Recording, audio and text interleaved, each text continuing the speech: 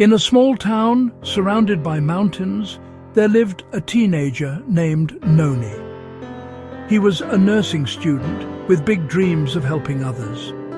He spent most of his days attending classes, studying late into the night, and, well, just trying to make sense of endless medical terms. One evening, after an especially long day of classes, Noni came home completely exhausted. His uniform was wrinkled, his backpack felt like it weighed a ton, and his eyes could barely stay open. "I'll just lie down for a minute," Noni mumbled to himself. Without changing out of his school clothes, brushing his teeth, or even taking a shower, he collapsed onto his bed and instantly fell asleep. Hours later, in the middle of the night, Noni was startled awake by a loud noise. At first, he thought it was his own snoring, but then he heard it again, much louder this time. It sounded like a whole group of people snoring outside his window. "What is going on?" Noni groaned, rubbing his eyes. He got up, stumbled toward the window, and pulled back the curtain. What he saw made him freeze. Outside, under the dim streetlights, were dozens of zombies.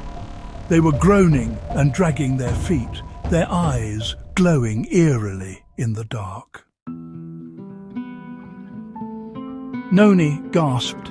"Zombies? Here? Am I dreaming?" He pinched himself. "Ow! Nope, not a dream."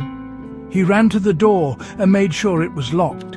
His heart was pounding. His parents and sister were supposed to be home, but their beds were empty. Fear gripped him. "Did they become zombies?" he whispered, peeking outside again. The zombies wandered around his front yard, growling and bumping into each other. Days passed, and Noni stayed locked inside, too scared to go out. "Noni, I can't take this anymore," he shouted.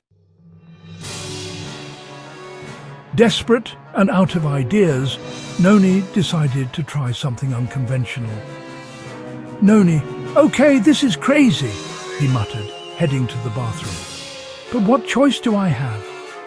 He grabbed a plastic bag and, well, let's just say he created something homemade.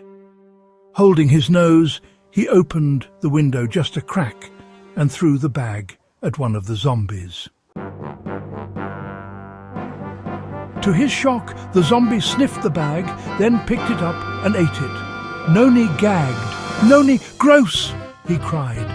But what happened next was even more shocking. The zombie began to change. Its glowing eyes faded, its groans stopped, and just like that, it turned back into a human. "Dad! Noni!" the person shouted. "It's me, Dad! Noni! Dad?" Noni blinked. "What are you doing eating? Never mind, get inside." He quickly opened the door for his dad, who stumbled in, looking both relieved and disgusted. Noni's mind raced. If it worked on you, maybe it'll work on the others. Encouraged by this strange discovery, Noni grabbed another homemade antidote and threw it at the closest zombie. The same thing happened. This time, it was his mum. "Noni, that's disgusting!" his mum shouted, but she was alive and human again. Before Noni could explain, another zombie stumbled toward them. He threw one more bag. The zombie ate it, and moments later, it was his sister. "You, Noni!" his sister screamed. "Did I just eat your... Ugh! I can't even say it!" Together, they locked the door and sat down to process what had just happened. "So," his dad said, trying not to laugh, the special antidote can turn zombies back into humans?" "It seems like it," Noni said, scratching his head. "But I can't believe this is my life right now." "Well, son," his dad said with a grin, "sometimes the weirdest things save the day." Over the next few hours, Noni and his family worked as a team. His mum and dad helped gather supplies, and Noni bravely went to work. With his unusual antidote in hand, he faced the growing crowd of zombies outside. One by one, he tossed his cures at the zombies. Each time, they transformed back into humans, confused but grateful. Some even clapped and cheered for Noni.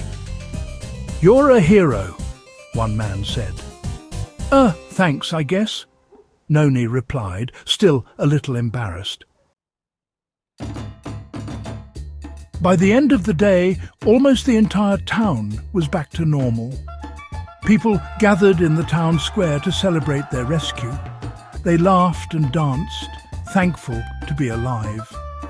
As Noni stood in the middle of the crowd, his sister nudged him. "You know, you'll probably get a statue or something for this." "Please don't," Noni groaned.